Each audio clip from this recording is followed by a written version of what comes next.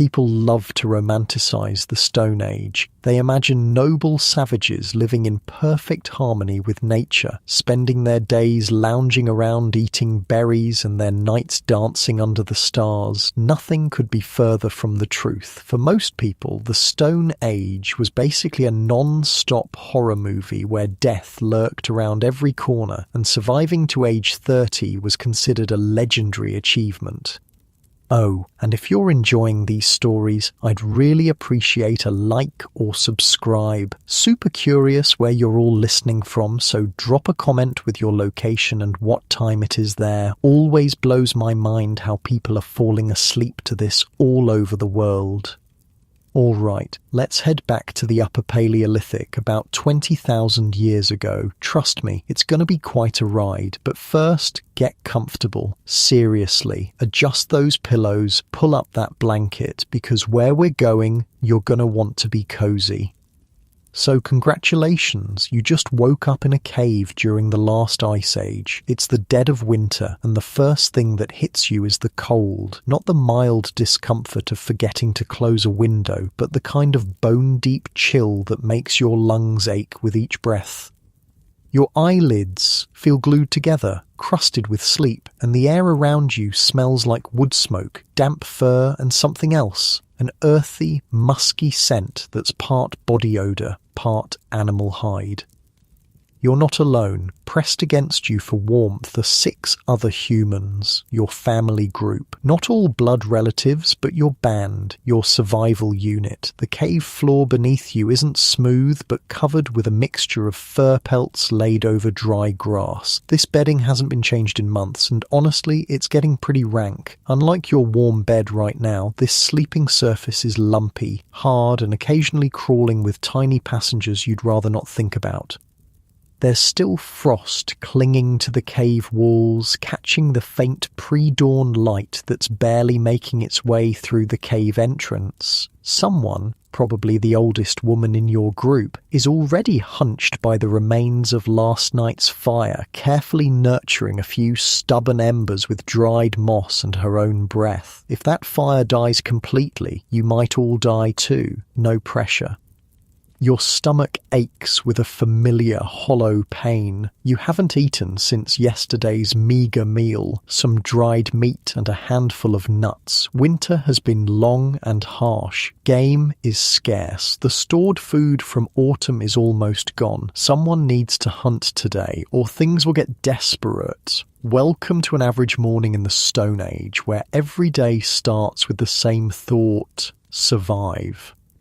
The woman at the fire, let's call her Nima, has finally coaxed a small flame to life. She's about 50, which in Stone Age terms makes her practically ancient. Her face is a map of wrinkles, her hands gnarled from decades of work, but her eyes are sharp and knowing. In your band, she's the keeper of medicinal knowledge and fire-making skills. When someone gets sick or injured, it's Nima they turn to. When the fire needs tending in the dead of night, it's Nima who wakes.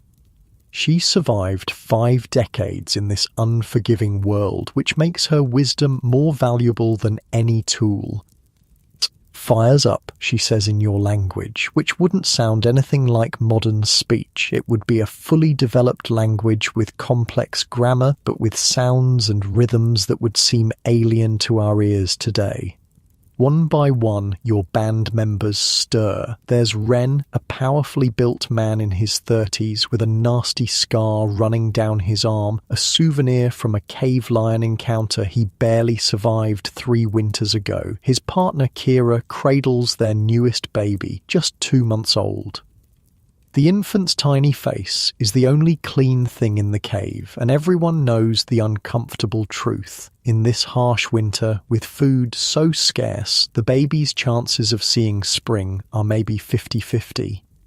Across the fire pit are the teenagers, Tam and Lev, siblings who lost their parents to fever last year. The band took them in because that's what you do. Lone humans don't survive long in this world. And finally, there's you, somewhere in your 20s, though exact age isn't something anyone keeps track of here.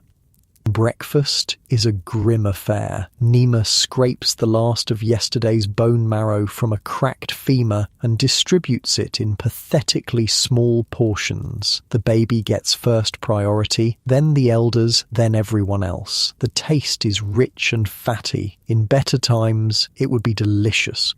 Today, it's just enough to sharpen your hunger rather than satisfy it. We hunt today, Ren says, glancing at you and Lev. Big hunt. We need meat. And there it is. The day's mission. The only thing that matters. Find food or face starvation. No weekends in the Stone Age, no sick days, no vacations. Just the endless cycle of seeking sustenance. Outside the cave, the world is transformed by winter. A thick blanket of snow covers the landscape, and your breath hangs in the air like ghost. The trees stand bare against the pale sky, and silence envelops everything. The kind of profound quiet that only exists when snow muffles the world. For a moment, it's breathtakingly beautiful. Then reality sets in as your feet, wrapped in animal hide boots stuffed with dried grass, crunch through the snow crust. Beauty doesn't fill empty stomachs. Before you can hunt, though, you need to prepare. The tools of your survival aren't sitting in a shed or hanging on a wall. They need maintenance, sharpening, checking for damage. Ren kneels in the snow and unwraps a bundle of spears, each one a masterpiece of Stone Age engineering. The main hunting spear is a straight shaft of wood about 6 feet long, carefully selected and dried over months. At its business end, a stone point is attached with a mixture of pine resin and animal sinew. The binding has to be checked daily for weakness. A failing binding means a lost spearhead, which means a failed hunt, which means hunger. Lev, the teenager, is already working on his weapon, a shorter throwing spear used with an atlatl, or spear thrower. It's an ingenious device that effectively lengthens the human arm, creating more leverage and dramatically increasing the distance and force with which a spear can be thrown. It's basically Stone Age artillery, a weapon so effective that variations of it were independently invented by cultures all over the world. Need new point, Lev says, showing you where his spearhead has developed a hairline crack. Not immediately useless, but unreliable. In the Stone Age, unreliable tools get you killed. You reach into a small pouch at your waist and produce several carefully napped flint points. Each one represents hours of work, chipping away flakes of stone with precise blows to create a lethal edge. This isn't random banging of rocks together. It's a sophisticated technology requiring deep understanding of stone properties and fracture mechanics. The points in your pouch are different sizes and shapes, each designed for specific prey. Smaller, narrower points for birds and small game. Broader, leaf-shaped points for deer. Heavy, triangular points for dangerous, large game. You select a medium-sized point for Lev's spear and begin the process of attaching it. First, you need fresh resin. Luckily, there's a pine tree not far from the cave entrance. You take a small, ember-filled bark container from the fire and walk to the tree. Using a stone knife, you make a small incision in the bark and catch the sticky resin as it oozes out. The warm ember container keeps the resin from hardening in the cold. Back at the cave entrance, you heat the resin further until it's pliable, then apply it to the spear shaft. Next comes a length of sinew, animal tendon, that's been dried, pounded, and separated into fibers. When moistened with a bit of saliva, these fibers become nature's strongest thread. You wrap the sinew around the stone point and shaft, creating a secure bond that will harden as it dries. Good point, Lev says, testing the edge with his thumb. Very sharp. While you've been working, Kira has been preparing too. Though she'll stay behind with the baby and Nima, her role is crucial. She hands each hunter a small packet wrapped in a scrap of leather, emergency fire-starting materials, dried moss, a few splinters of resin-rich wood, and a piece of iron pyrite that can be struck against flint to create sparks. If you're caught away from the cave in deadly cold, this small package might be the difference between life and death. The sun is fully up now, casting long shadows across the snow. Ren gestures to you and Lev. It's time to move out. You secure your spear, check your small stone knife, and adjust the fur wrappings that serve as your winter clothing. These aren't tailored garments with buttons and zippers. They're basically just animal pelts wrapped and tied around your body with sinew cord. They're heavy, somewhat restrictive, and they smell strongly of smoke and animal oils, but they keep you alive in temperatures that would kill an unprotected human in hours. Hunt well, Kira says simply.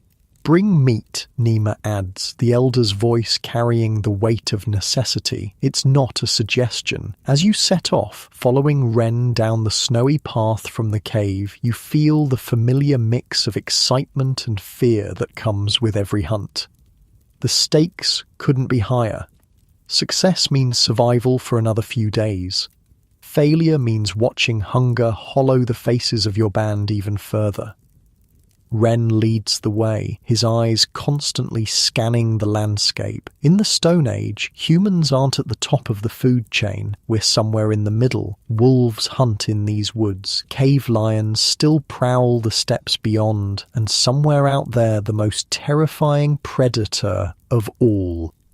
Other human bands, perhaps as desperate as yours, who might see you as either competition for scarce resources or, in the worst scenarios, as resources yourselves. After about an hour of walking, Ren stops suddenly, dropping to a crouch. You and Lev follow suit instantly. No one speaks. Ren points to a patch of snow about 20 feet ahead, where the white surface is disturbed. Tracks. You edge forward carefully and examine the prints. They're unmistakable, the cloven hoof prints of reindeer, and relatively fresh. From the depth and pattern, it's a small herd, maybe 5 or 6 animals, and they're heading toward the river valley to the east. A surge of hope rushes through you. Reindeer mean meat, hide, bone, sinew, everything your band desperately needs, but reindeer are fast, wary, and won't be easy to bring down. Ren outlines the plan using a combination of low whispers and hand gestures. You'll follow the tracks to the river valley. If the herd is still there, you'll split up to flank them. Lev, with his atlatl, will position himself downwind. You and Ren will approach from opposite sides, trying to drive the animals toward Lev's position. If everything goes perfectly, and it rarely does, you might bring down 1 or even 2 animals. The tracking begins in earnest now. Every disturbed patch of snow, every broken twig, every bit of dung is a clue to be read. This isn't some innate human ability. It's a complex skill that took years to develop. You learned it from watching the adults in your band, from making mistakes, from hunger-driven necessity. Like all Stone Age humans, you're a walking encyclopedia of natural knowledge. You can read the landscape like modern humans read books. As you follow the tracks, the forest gradually thins and the land slopes downward toward the river valley. Ren signals for silence and greater caution. You're getting close. The 3 of you crawl the last 100 yards, staying low in the snow, and then you see them, 4 reindeer, grazing on exposed patches of moss and lichen in the valley below. Their breath forms clouds in the cold air, and their massive antlers silhouette against the snow. They're beautiful, majestic creatures. They're also walking bundles of life-saving resources. Ren signals the plan again. Lev will circle to the far side of the valley, positioning himself for a throwing shot. You'll approach from the right, Ren from the left. On Ren's signal, a bird call, you'll both rise and advance, hopefully startling the reindeer toward Lev's position. It takes nearly an hour for everyone to get into position. Stone Age hunting isn't quick or easy. It requires immense patience, endurance, and the ability to remain absolutely still for long periods despite the cold trying to seep into your bones. Finally, everyone is ready. You lie in the snow, barely breathing, waiting for Ren's signal. Your fingers grip your spear tightly, the stone point glinting in the winter sun. Your heart pounds in your chest. This moment, the tense seconds before a hunt, feels exactly the same now as it did 20,000 years ago. The rush of adrenaline, the hyper-focus of all senses, the knowledge that success or failure in the next few minutes could determine whether your loved ones eat or starve. The bird call sounds, 3 short whistles. You rise from your hiding place and advance, shouting and waving your arms. Across the valley, Ren does the same. The reindeer startle, heads up, instantly alert. For a heartbeat, they're frozen in place, processing the threat. Then they bolt, exactly as planned, toward Lev's position. Lev rises, atlatl in hand, spear loaded. His arm draws back and then snaps forward, the spear thrower extending his reach and multiplying his power. The spear flies true, covering the distance in a flash, and strikes the trailing reindeer in the flank. It's not an instantly fatal wound, but it's a hit. The injured reindeer stumbles, falling behind the fleeing herd. Now you and Ren sprint forward, converging on the wounded animal. It regains its footing and tries to run, but the injury slows it. You close the distance, heart hammering, legs burning with effort. The reindeer turns to face you, lowering its antlers in defense. It's frightened, wounded, and dangerous. A single kick or antler swipe could break bones or worse. Ren circles to the animal's blind side, spear ready. The reindeer pivots, trying to keep both of you in sight. In that moment of distraction, you lunge forward, driving your spear into the animal's chest with all your strength. The stone point penetrates hide and muscle, seeking the heart. The reindeer bellows, a sound of pain and fury that echoes across the valley. It's not over. The wounded animal charges, nearly impaling you with its antlers. You dive aside, losing your grip on the spear that remains embedded in the reindeer's chest. Ren seizes the opportunity and drives his own spear into the reindeer's throat. Blood sprays across the snow, turning it crimson. The animal staggers, takes 3 more steps, and collapses. For a moment, no one moves. You're all breathing hard, steam billowing from your mouths in the cold air. Then Lev lets out a whoop of triumph and you feel a smile break across your face. You've done it. You've brought down a reindeer. Your band will eat tonight. But there's no time to celebrate for long. The real work is just beginning. A dead reindeer in the snow is just potential. You need to process it here and now and transport what you can back to the cave before dark, before predators are drawn to the blood, before the meat freezes, too solid to cut.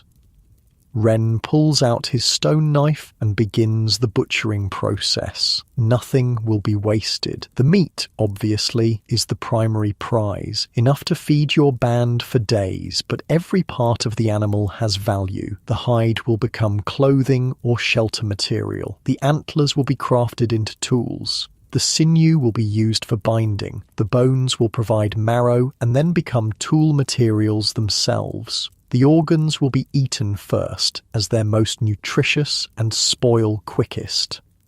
As you help with the butchering, your hands quickly become slick with blood despite the cold. This is messy, physically demanding work. There's no sanitized, plastic-wrapped meat here. This is the raw reality of food acquisition in the Stone Age, bloody, visceral, and immediate.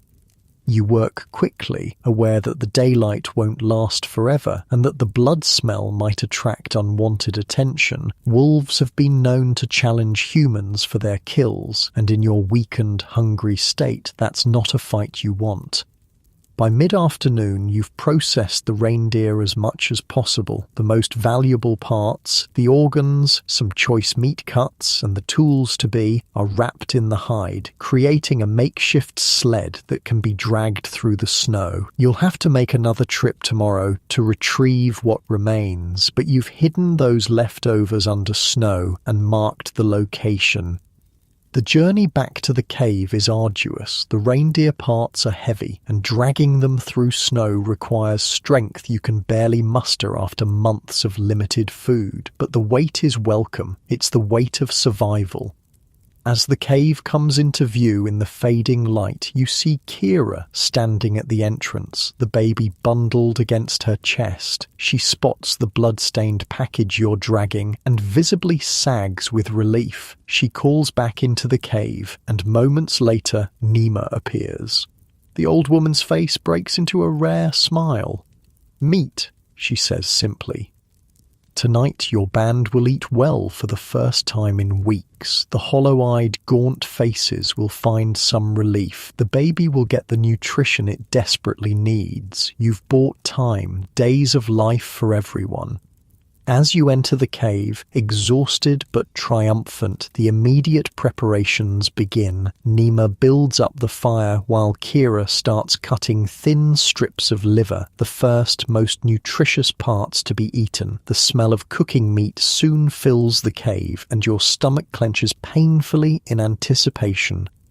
This moment, returning successful from a hunt, the firelight flickering on cave walls, the smell of food, the sounds of your band members talking excitedly. This is as good as it gets in the Stone Age. No smartphones, no television, no distractions, just the pure, uncomplicated satisfaction of having solved the most fundamental problem of existence for another day. You've survived, for now.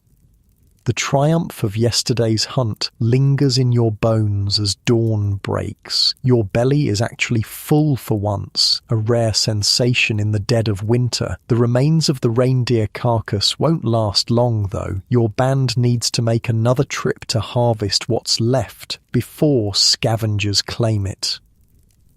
Ren is already up, chewing on a strip of meat he saved from last night. His eyes meet yours, and he nods toward the cave entrance. "Need to get the rest. Wolves will smell it."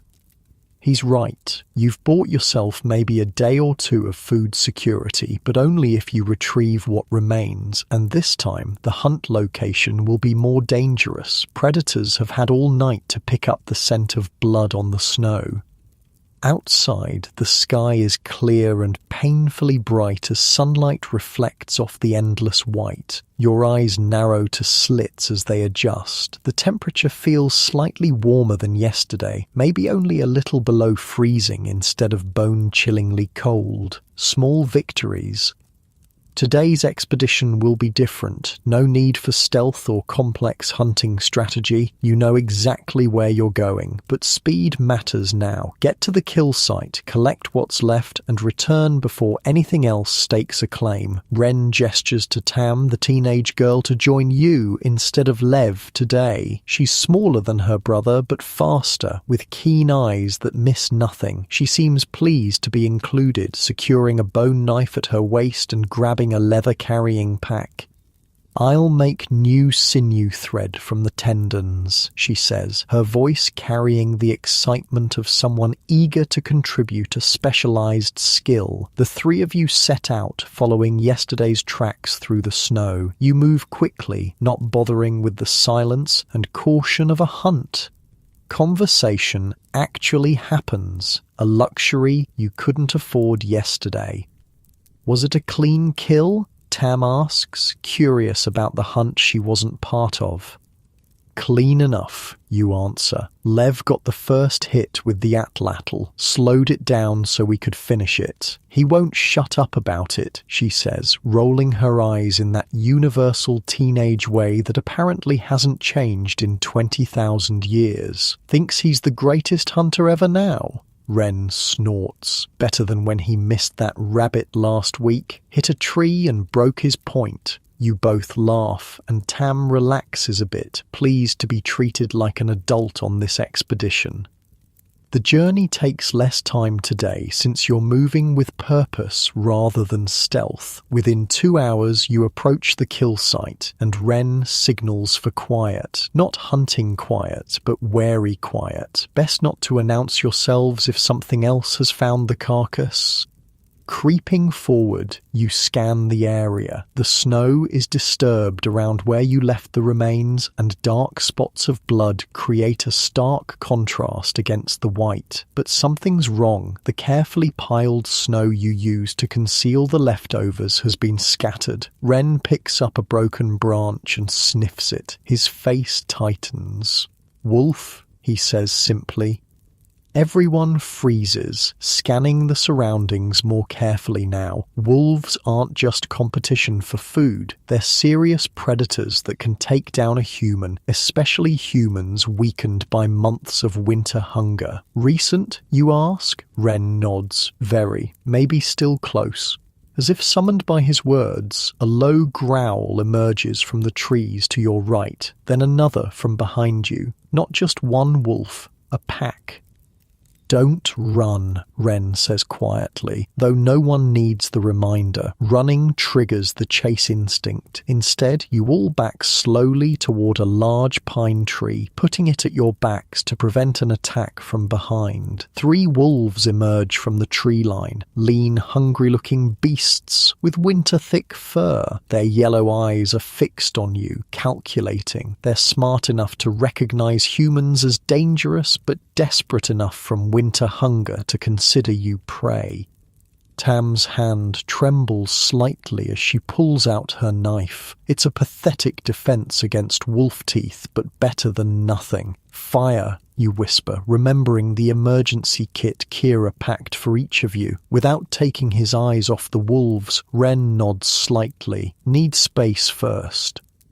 The wolves begin to spread out, instinctively moving to flank you. One edges closer, testing your resolve. Ren shouts suddenly and lunges forward, jabbing with his spear. The wolf jumps back, startled by the aggression. "Now," Ren yells. "The fire!" You fumble at your waist for the small leather pouch, pulling out the moss, wood splinters, and iron pyrite. Your hands are shaking, a bad sign when precision matters. One wolf is edging toward Tam, sensing she's the weakest of the 3.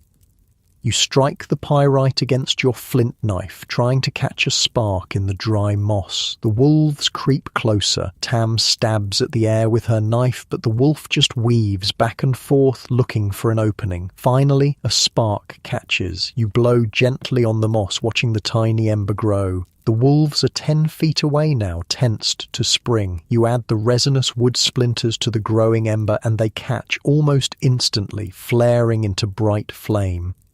"Tam!" you shout, passing her the makeshift torch. She waves it toward the nearest wolf, which backs away quickly, fear of fire overriding hunger. Ren has his own fire starter out now, working to light a second torch. Between the flame, the spear, and your knives, the wolves reconsider their odds. The largest one, probably the pack leader, gives a short bark, and they retreat to the tree line. Not gone, but no longer immediately threatening. "They won't go far," Ren says. "Work fast." You approach the remains of the reindeer, keeping one eye on the wolves watching from the trees. Most of the exposed meat is gone, either taken by the wolves or other scavengers, but the most valuable parts remain. The bones, still rich with marrow, the antlers, some of the tougher tendons and ligaments, and surprisingly, a good portion of the hide that was buried deeper in the snow. You work quickly, using stone tools to separate the remaining useful parts. The long leg bones are particularly prized, not just for the calorie-rich marrow inside, but because they'll become tool handles, needles, and awls. The skull with its massive antlers is too large to transport whole, so Wren works to separate the antlers with careful strikes from a stone hammer. Tam is expertly collecting the tendons, rolling them into tight bundles that she'll later process into thread. Nothing goes to waste. Not the hooves, not the teeth, not even scraps of remaining meat that look too damaged or frozen to eat. In the Stone Age, too gross to eat isn't a concept that exists. Hunger is too constant a companion to refuse anything with calories. The wolves pace restlessly at the tree line, occasionally testing how close they can approach before you wave the torch at them. It's an ancient dance between species, competition and mutual respect. They want what you have, but they also recognize that humans are dangerous prey. You want them gone, but also understand they're just trying to survive, same as you.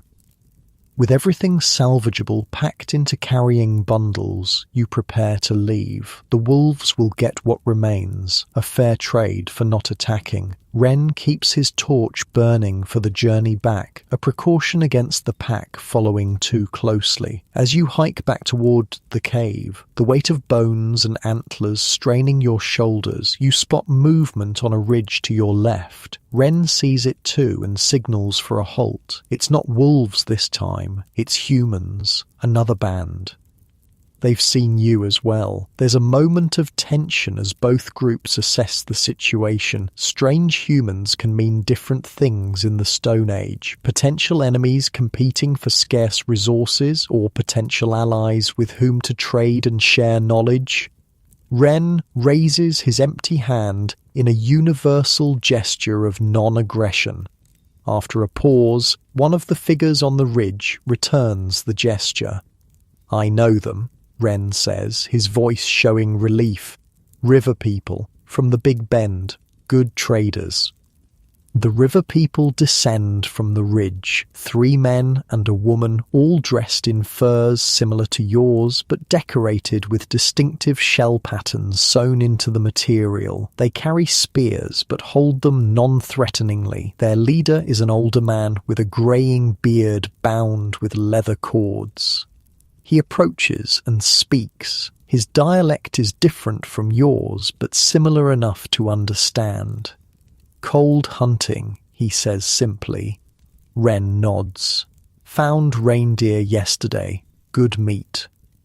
The basic pleasantries established, both groups relax slightly. The river people are known for their fishing skills and their work with shells and bones. They often travel between several caves along the river valley, following fish runs and gathering materials. "Fish frozen in river bends," the leader says, explaining their presence this far from their usual territory. "Looking for land meat now."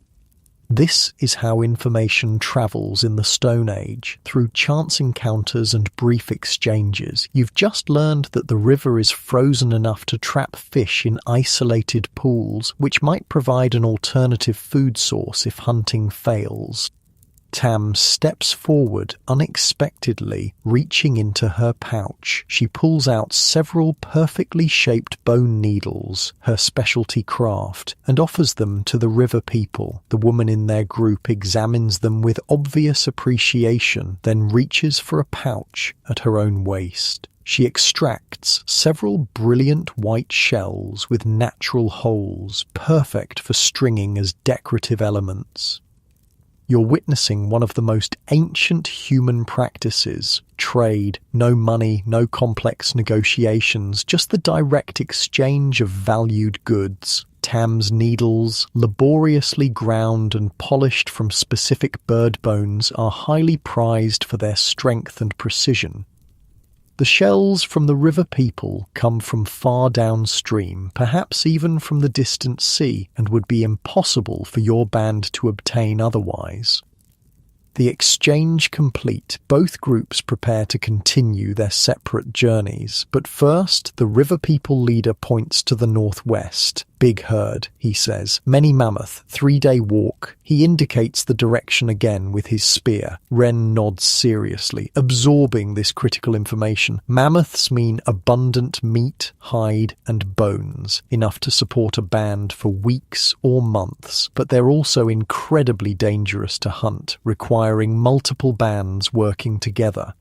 When spring grass comes, Ren replies, indicating that your band will join the mammoth hunt once winter releases its grip and the first green appears. With a final gesture of farewell, the two groups part ways. This brief encounter might seem insignificant, but it's part of the complex social web that allows humans to survive. Information about resources, trading of specialized goods, and potential allies for future hunts, all vital currency in the Stone Age economy. As you continue toward home, Tam proudly shows you her new shells. For baby's cradle, she explains. Good spirits in seashells keep baby safe. It's a small glimpse into Stone Age spirituality, the belief that certain objects carry protective power. Not so different from modern superstitions, really. Humans have always sought to control their unpredictable world through symbols and rituals. The conversation shifts to the mammoth herd as you walk. A successful mammoth hunt could transform your band's fortunes, providing enough resources to last until spring plants emerge, but the risk is enormous. Need more hunters, Ren says thoughtfully. Maybe join with cave rock people too. You nod, knowing he's right. Mammoths stand 14 feet tall at the shoulder, with tusks that can impale a human instantly and the strength to crush bones to powder. No single band could hope to take one down. It would require a temporary alliance of several groups, carefully coordinated tactics, and considerable courage. The planning for such a hunt would begin weeks in advance. Bands would send messengers to others in the region. Specialized tools would be prepared. Heavier spears with sturdier points, stone axes for processing the massive carcass. Even the route would need careful consideration, as transporting the spoils back to multiple camps would be a monumental task.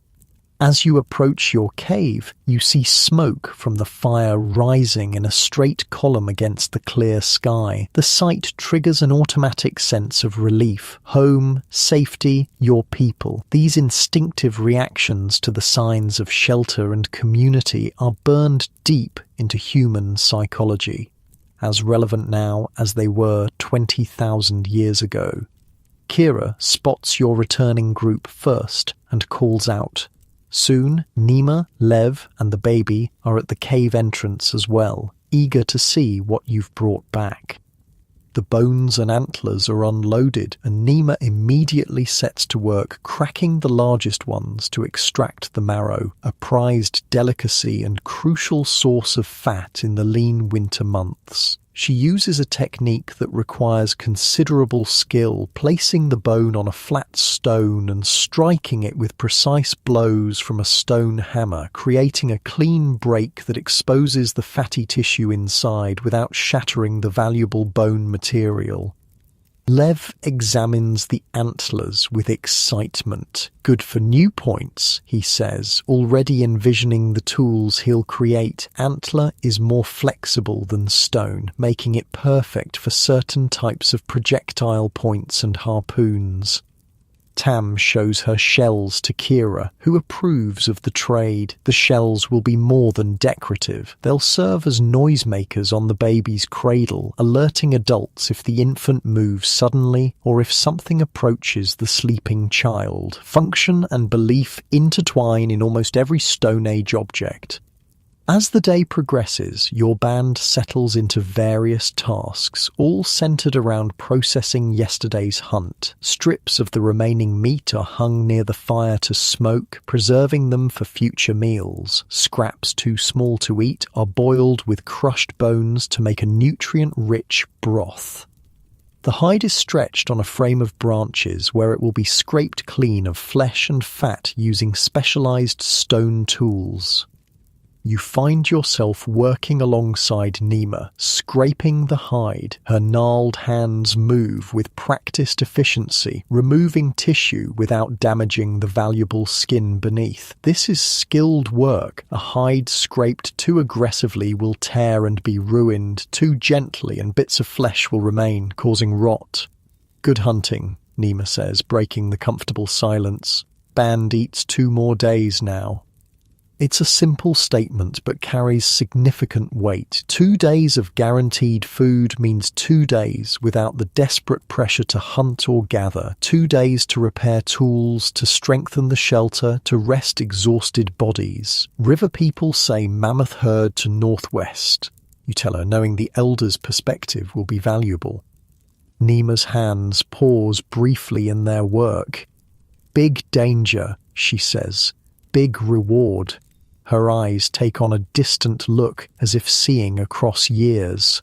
Lost 3 hunters last mammoth hunt 10 winters ago. This is how oral history works. Knowledge passed directly from those who experienced events to the next generation. Nima is your band's living archive, carrying memories of triumphs and tragedies that shaped your people's decisions. Or river is freezing fish in bends, you add, sharing the other piece of information from your encounter. Nima nods thoughtfully. Easier than mammoth. Safer, she demonstrates a jabbing motion. Break ice, spear fish. Women can do this too, not just hunters. It's a practical suggestion. While men typically handle the large game hunting due to greater upper body strength, fishing is equally accessible to all adults in the band. A fishing expedition would allow everyone capable to contribute to food gathering, potentially increasing your odds of success. As the hide scraping continues, Nima begins to hum a rhythmic tune. Soon, her weathered voice carries a melody, a work song passed down through countless generations. The words speak of animals giving themselves to hunters, of gratitude for their sacrifice, of the eternal cycle of life and death. Tam joins in from where she's sorting tendons, her younger voice blending with Nima's cracked tones. Then Kira adds her voice while grinding dried berries into powder. Even Ren and Lev, working on shaping new spear points, murmur the familiar chorus. This spontaneous music-making serves multiple purposes. It transforms repetitive labor into a communal experience. It reinforces cultural bonds and shared identity. And perhaps most importantly, it transmits critical knowledge wrapped in memorable verses. Which plants are safe to eat? How to follow animal migration patterns? Which stones make the best tools? By mid-afternoon, the sky begins to cloud over. Nima studies the gathering grey mass and sniffs the air. Snow coming, she announces. Big snow. Her weather prediction is based on decades of observation. The way the clouds move, subtle changes in air pressure that make her old injuries ache. Even the behaviour of birds earlier in the day. No Doppler radar needed, just finely tuned human senses and accumulated knowledge. The impending storm creates a new urgency around the cave. A severe snowfall could trap the band inside for days, so preparations must be made. Extra firewood is gathered from nearby deadfall. The cave entrance is partially blocked with a windbreak made of branches and hides, leaving just enough space to come and go. Water is collected in birch bark containers and brought inside, saving someone from having to melt snow later. Lev and Ren return from checking nearby traps, small snares set for rabbits and other small game. They've caught nothing, which is disappointing but not surprising. Winter makes all hunting difficult, even for small prey. Tomorrow we try fishing, Ren announces, taking Nima's suggestion seriously. Break river ice. As dusk approaches, the first snowflakes begin to fall, large wet flakes that quickly accumulate on the ground. You've made it back just in time. Within an hour, a full blizzard is raging outside, wind howling past the cave entrance and swirling snow reducing visibility to almost nothing. Inside, your band gathers close to the fire. Tonight's meal is similar to last night's. Reindeer meat, bone marrow, and a handful of dried berries that Nima has been saving for a special occasion. The storm outside makes the cave's shelter feel all the more precious. As darkness settles completely, Lev takes one of the antlers you recovered and begins carefully scraping it with a stone tool, smoothing the surface. In the firelight, his face is intent with concentration. "What are you making?" Tam asks her brother. "Mammoth," he replies simply, continuing to work the antler. Everyone watches with interest as the carving takes shape, a small but recognizable figure of a mammoth emerging from the antler tip. It's surprisingly detailed, with trunk, tusks, and the distinctive humped back all clearly defined. When he's satisfied, Lev passes his creation to Ren, who examines it closely before nodding with approval and passing it to you. The figurine is both art and magic, a representation of the prey your band hopes to hunt when winter ends, a tangible focus for hopes of future abundance. You hand it to Nima, who holds it up to the firelight, turning it this way and that. "Good spirit," she pronounces, then carefully places the mammoth figurine in a small niche in the cave wall, alongside other carved animals and marked stones, your band's simple shrine. Outside, the blizzard continues to rage, but inside the cave, surrounded by your band, you found a moment of security. You have food in your bellies, tools in your hands, and plans for tomorrow. In the Stone Age, that's as close to contentment as humans get. Morning comes, and with it the end of the blizzard. The world outside is transformed, snow piled in smooth, sculpted drifts that completely erase any sign of yesterday's activities. The sky has cleared to a brilliant blue that seems almost painfully bright as sunlight reflects off the fresh snow. Your band emerges from the cave like hibernating animals, blinking in the harsh light. The air is sharp and clean in your lungs, significantly warmer than the previous days. Everyone can feel it, a subtle shift in the season. Not spring yet, not even close, but perhaps the first hint that winter won't last forever. "Fishing day," Ren announces, surveying the new landscape. "Need to find open water." The plan makes sense. After 2 successful days of hunting and processing the reindeer, your band has temporary food security, but it won't last, and the information from the river people about fish trapped in frozen river bends is too valuable to ignore. Besides, the warmer temperature makes an expedition to the river more feasible. Today's group will be different. Almost everyone will go, leaving only Nima behind to tend the fire and watch the baby. Fishing, unlike big game hunting, is a task everyone can participate in, regardless of age or strength. More hands mean more potential food. Preparations are quick and efficient. Ren and Lev gather spears, including specialized fishing spears with barbed points designed to keep slippery prey from sliding off. Kira packs a simple meal of dried meat for everyone to share midday. Tam collects several woven baskets for carrying whatever you might catch. You check that everyone has their fire-starting kits, a standard precaution for any journey away from the cave.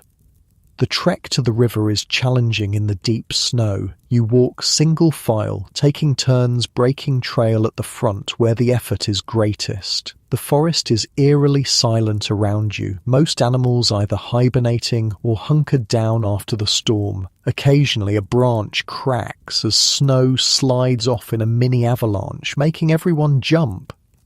Look, Tam says suddenly, pointing to a patch of disturbed snow beneath a large pine. Dark droppings and distinctive tracks tell the story. A deer sheltered here during the storm. Wren examines the tracks. Fresh, very fresh. He scans the surrounding forest, then points. That way. Not far. A silent debate passes through the group. Follow the deer tracks for potential bigger game, or continue to the river as planned. Wren settles it by dividing the party.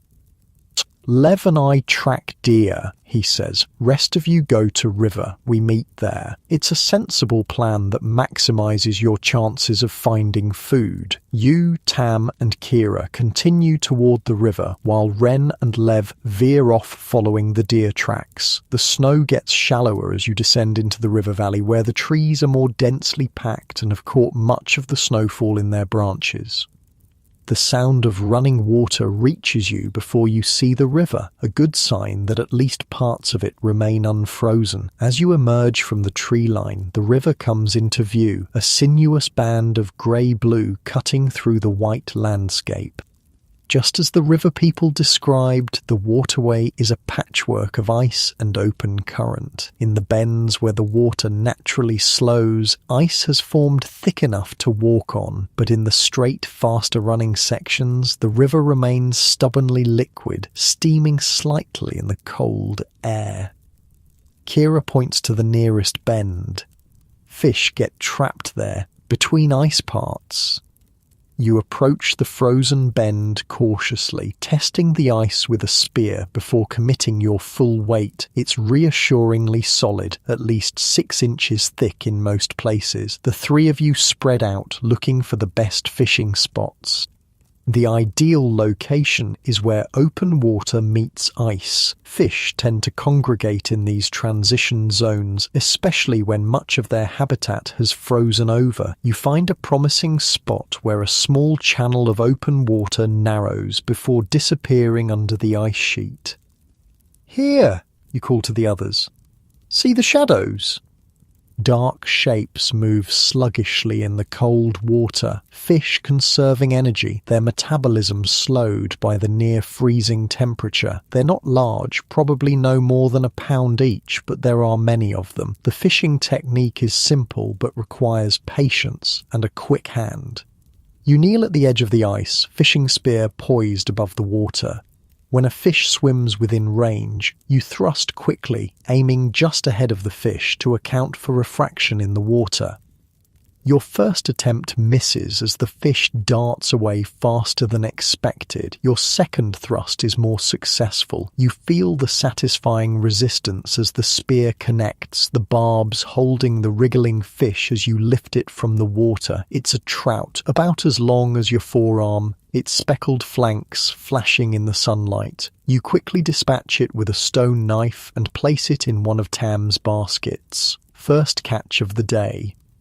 Across the ice, Kira has already caught 2 smaller fish using a different technique. She's broken a small hole in the ice and is dangling a simple gorge hook, a straight piece of bone with a sharpened point at each end, tied in the middle with plant fiber cord. When a fish swallows the baited hook and she pulls the line tight, the gorge turns sideways, lodging in the fish's throat. Tam is trying yet another approach, scooping at the shallows with a loosely woven basket where tiny fish have gathered in the warmer water near the bank. It's less targeted than spear fishing, but can yield dozens of small fry with a single successful scoop.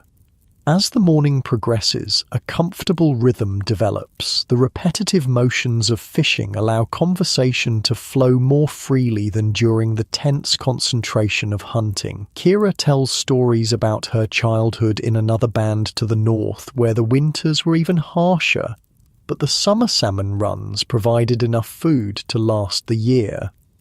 "My father's people built fish traps in the big river," she explains, demonstrating with her hands how the funnel-shaped structures worked. Fish swim in, can't swim out, sometimes catch hundreds in one day. "Could we build one here?" Tam asks, always eager to learn new skills. Kira shakes her head. Wrong kind of river, needs shallow, wide place, and many people to gather right wood. This casual exchange of knowledge is how technologies spread in the Stone Age, through stories, demonstrations, and adaptation to local conditions. Without writing, everything must be remembered and passed along verbally, creating a rich oral tradition where practical survival information is often woven into engaging narratives. By midday, your collective catch is impressive. 11 larger fish and perhaps 3 dozen fingerlings, enough for a substantial meal with leftovers to smoke for later. You break for the meal Kira packed, sitting together on a fallen log that's been cleared of snow. As you eat, movement on the opposite bank catches your attention. A fox, its red coat vivid against the snow, watches your group with calculating eyes. It's clearly drawn by the smell of fish, but wary of humans. "Bold one," Kira comments, tossing a tiny fish in the fox's direction. The animal darts forward, snatches the offering, and retreats to a safe distance before gulping it down. For a moment, there's an unspoken connection between species, two predators acknowledging each other's place in the world. The peaceful scene is interrupted by distant shouting. You all turn to see Ren and Lev emerging from the forest upstream, waving and calling excitedly. Between them, they drag a travois made of branches, laden with a dark mass that can only be their kill. They've been successful in their deer hunt, bringing down what appears to be a young buck. Its antlers are small, probably only its second year, but the body is fat and healthy. Combined with your fishing haul, this represents an extraordinary stroke of luck for your band. "Found it drinking," Lev explains breathlessly when they reach you. "Clean kill. 1 spear." The boy is practically glowing with pride. In Stone Age society, providing meat for the band is the most direct way to earn status and respect. Today, Lev has proven his growing skill as a hunter. With the addition of the deer, your band now has a serious transportation challenge. The fish and deer together are too much to carry back to the cave in one trip. After a brief discussion, you decide to process the deer here by the river, taking only the most valuable parts back today and returning tomorrow for the rest. The butchering begins immediately, with all 5 of you working together. It's a well-choreographed dance that everyone knows by heart. One person holds a limb taut while another cuts precisely where muscle meets joint. Someone else collects the blood in a bladder sack, a precious source of nutrition that will be mixed with fat and dried berries to make a kind of primitive sausage. As you work, you notice something odd about the deer. Along its flank is a partly healed wound, not from a predator's claws or teeth, but a distinctive puncture that could only have come from a spear. Someone else hunted this deer, you point out, showing the wound to Ren. He examines it closely and nods. Other band, maybe 5-6 days ago, deer got away.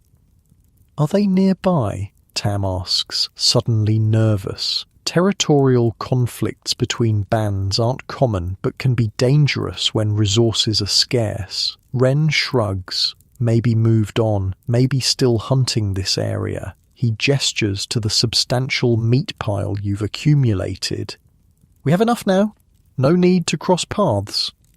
It's a diplomatic answer that acknowledges the potential risk while reassuring everyone. Your band isn't looking for conflict. There's more than enough forest for multiple groups as long as everyone respects traditional hunting grounds. Still, you'll all be a bit more watchful on the journey home.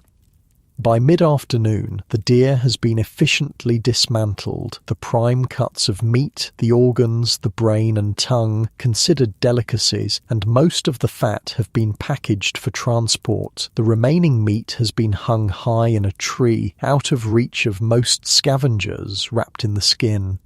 The head, with its valuable antlers, will be carried back as well. Nothing is wasted. Your band prepares for the return journey, distributing the weight as evenly as possible among the 5 of you. Even Tam carries a substantial load of fish and smaller meat packages. The trek back will be slower and more arduous with these burdens, but no one is complaining. This kind of good fortune, successful fishing and hunting in a single day, might not come again for weeks.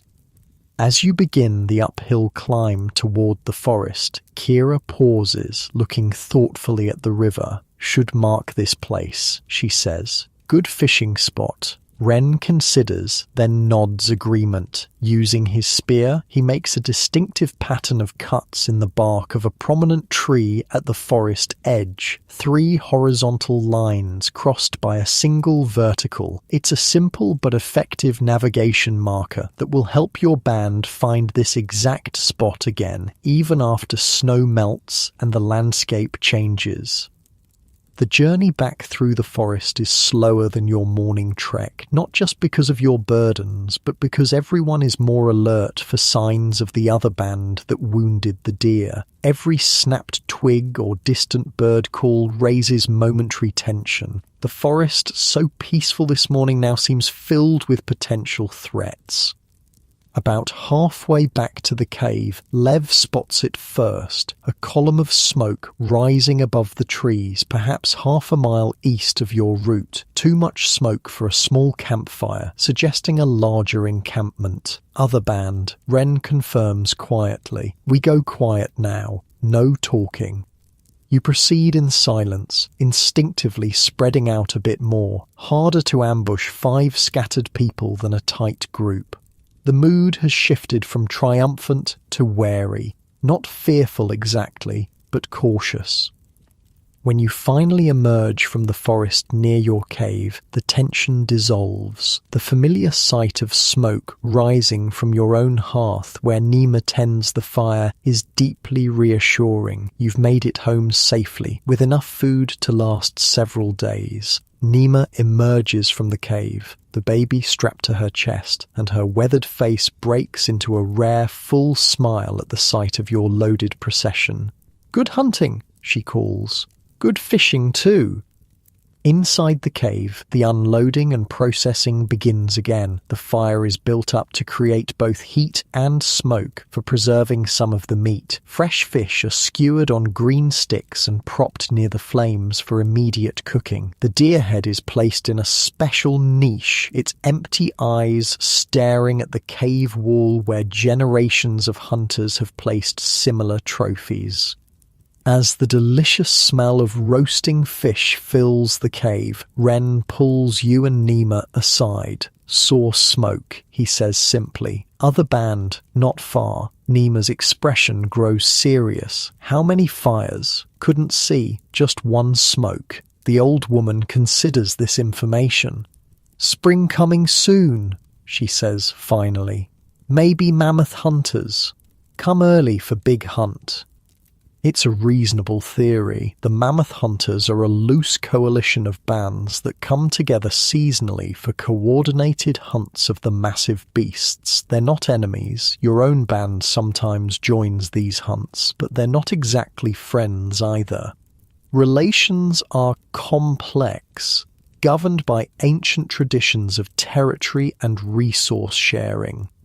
"Should we make contact?" you ask. Nima and Ren exchange a look, having one of those silent conversations that long-associated people can have. "Tomorrow," Ren decides. "Small group, bring gifts, meat and fish enough to share a little." This is how diplomacy works in the Stone Age. Cautious outreach, offering of valuable resources as a goodwill gesture, establishment of mutual interests. It's remarkably similar to modern international relations, just on a much smaller scale. The conversation is interrupted by Tam's excited call. "Fish ready?" Everyone gathers around the fire for the feast. The trout you speared this morning has been cooked to perfection, its flesh flaky and succulent. After months of dried meat and whatever could be foraged from the winter landscape, fresh fish seems like extraordinary luxury. As you eat, the cave fills with conversation and even laughter, a rare sound in the lean winter months when conservation of energy takes precedence over socializing. Lev recounts the deer hunt, his narrative growing more elaborate with each telling. Tam shows off a basket of tiny fish, which Nima is already pounding into a paste that will be mixed with fat and dried for future use.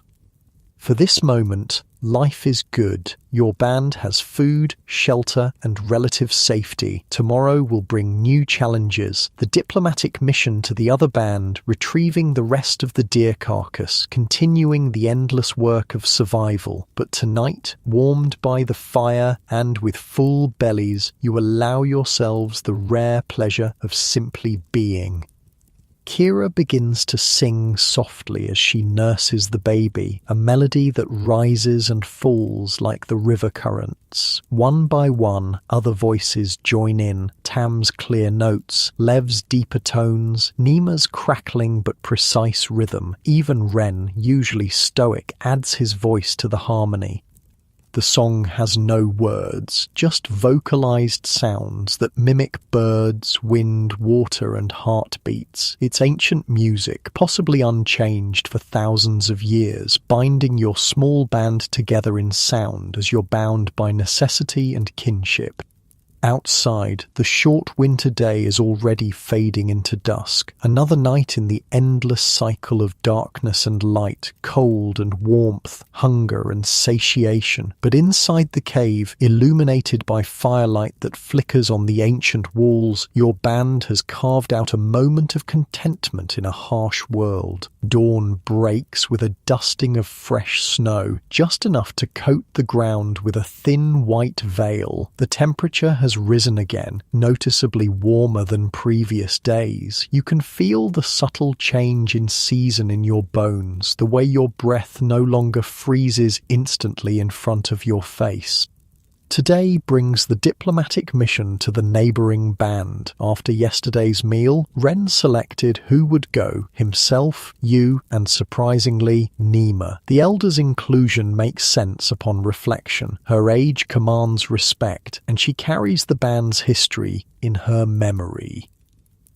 If these are, indeed, mammoth hunters returning for the spring hunt, Nima would remember past interactions, alliances, and conflicts.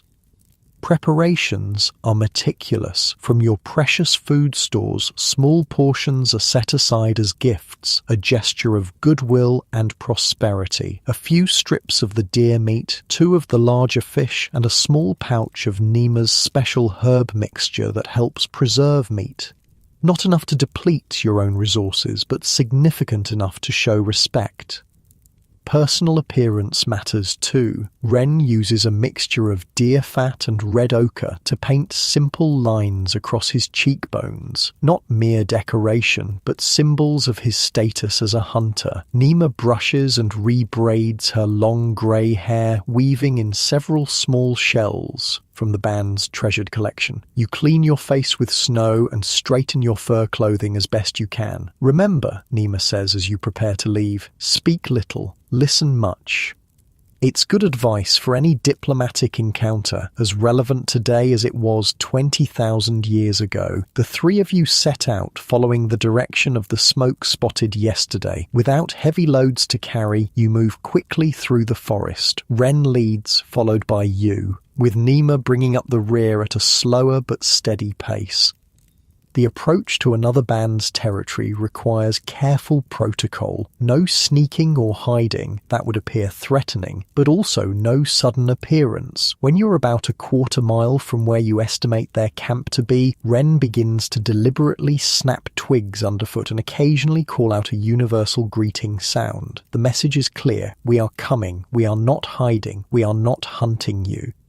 After about 10 minutes of this noisy approach, a response comes, a similar call, signalling acknowledgement. Shortly after, 2 figures appear between the trees ahead. Both are men, both carry spears, held non-aggressively but ready. Both watch your approach with cautious eyes. "Greetings!" Ren calls in your language, then repeats the word in 2 other dialects. Communication between bands can be challenging as language shifts subtly across regions. "Greetings," one of the men responds, using a dialect similar to yours but with a distinctive accent. "You are cave people?" Ren nods. "From the High Ridge Caves. We bring gifts." He gestures to the packages you carry. A quick glance passes between the 2 men, then the speaker nods. "Come, meet our leader." They turn and lead you through the trees. Soon a clearing comes into view, where a temporary camp has been established. Unlike your cave shelter, this band has constructed several simple huts, dome-shaped structures made from bent saplings covered with hides and bark. A large central fire burns in the middle of the camp, with smaller fires near individual huts. Around 15 people move about the camp, engaged in various tasks. They pause as your small group enters, watching with the universal wariness of humans encountering strangers. Several children dart behind adults, peering out with curious eyes.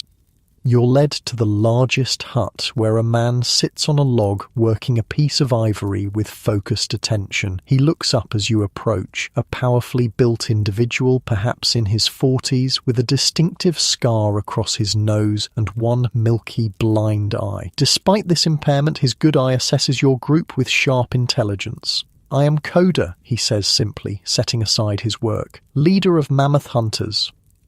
Nima's quiet theory was correct. These are indeed the seasonal mammoth hunting specialists, arriving earlier than usual this year. Ren introduces your group, then formally presents the gifts you've brought. Coda accepts them with appropriate ceremony, examining each item before passing them to a woman who appears to be his mate. "Sit," Coda invites, gesturing to several logs arranged around his fire. "Share our heat." The formal welcome complete, the atmosphere relaxes slightly. Other members of the Mammoth Hunters gradually draw closer, some sitting within earshot, others continuing their tasks while watching your interaction. Nima speaks for the first time, her voice carrying the weight of her years. "The Mammoth Hunters come early this season." Coda nods, gesturing toward the sky. "Weather changes. Great beasts move north earlier. We follow.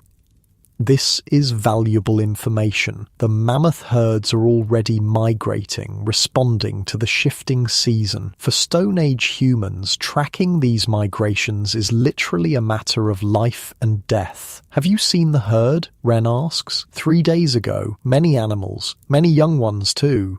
Coda makes a sweeping gesture with his hands, indicating a substantial number. "We prepare for great hunt in 7 days, when moon is half." The implication is clear. This is an invitation for your band to join in the mammoth hunt. Such cooperative ventures are essential, as no single band has enough hunters to bring down the enormous beasts safely. Nima nods thoughtfully. "Our band will come. 5 hunters." This is a slight exaggeration. Your band really only has 3 fully capable hunters plus Tam, who's still learning, but it's a common negotiating tactic. Bands that contribute more hunters receive larger shares of the kill.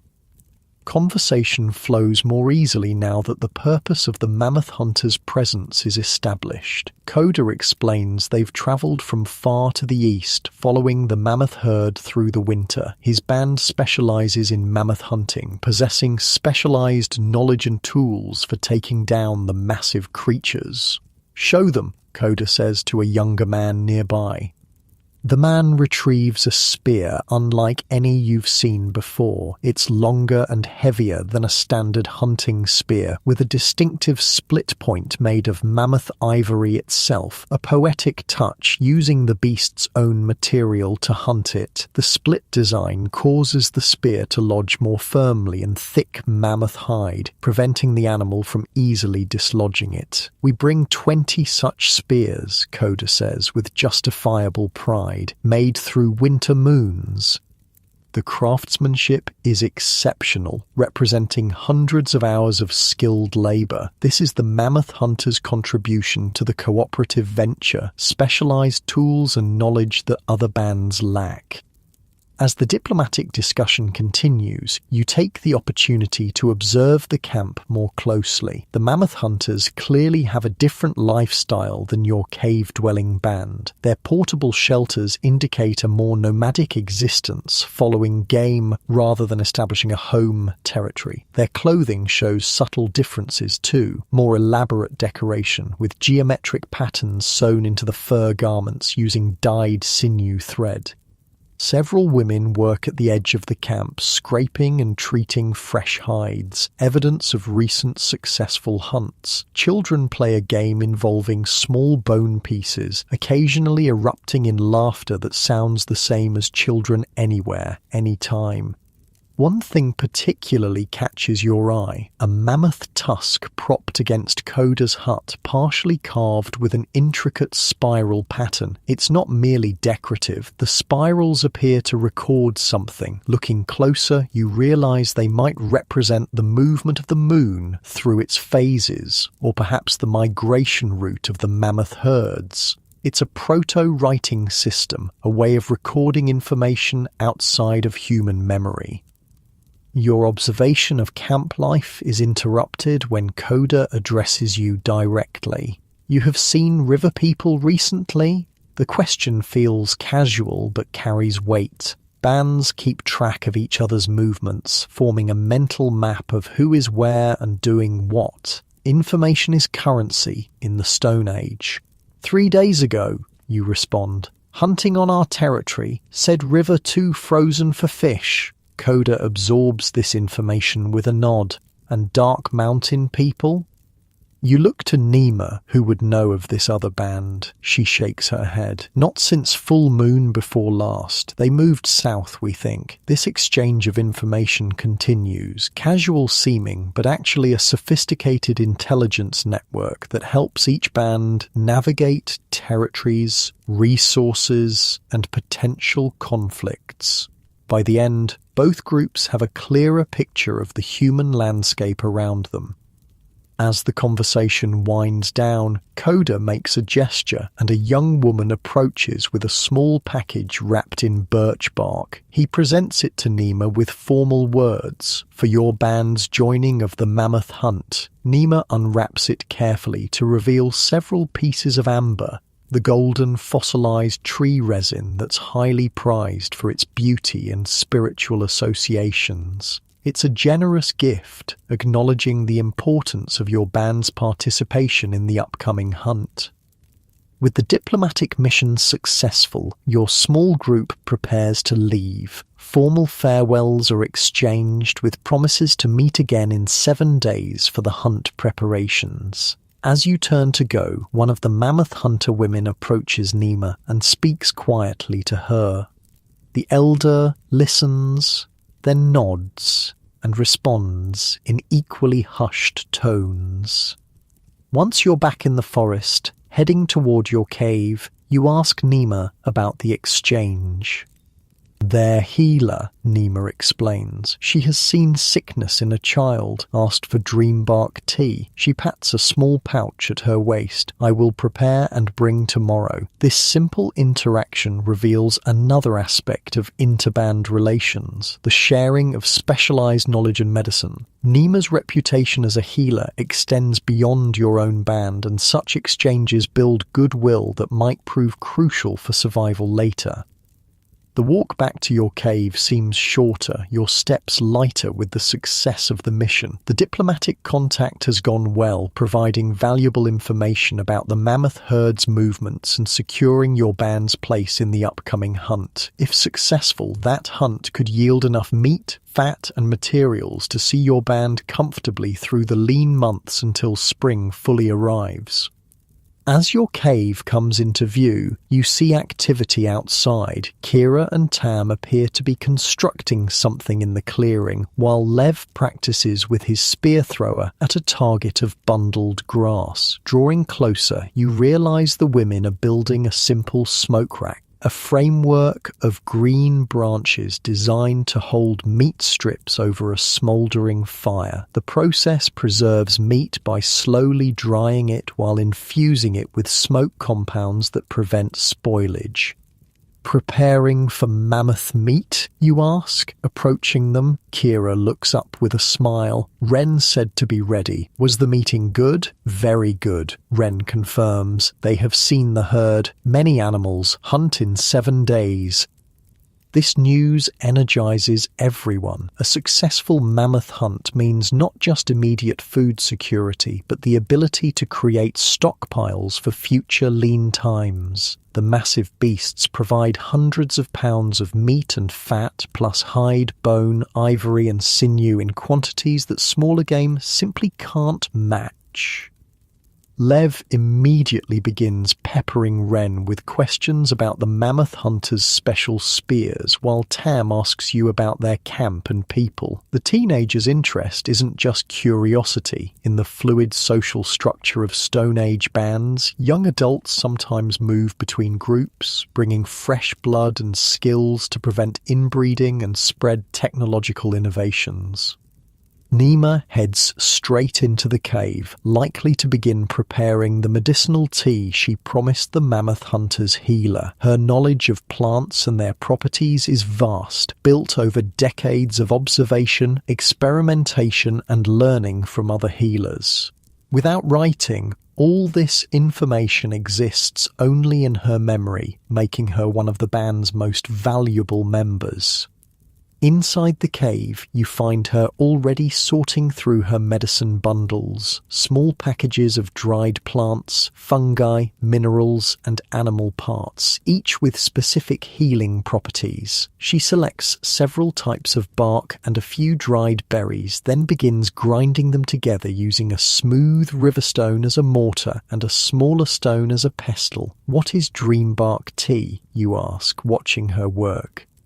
For fever dreams, she explains, not looking up from her grinding. When sickness makes the mind wander and see things not there, she indicates one of the bark types. This cools the blood, this other brings gentle sleep.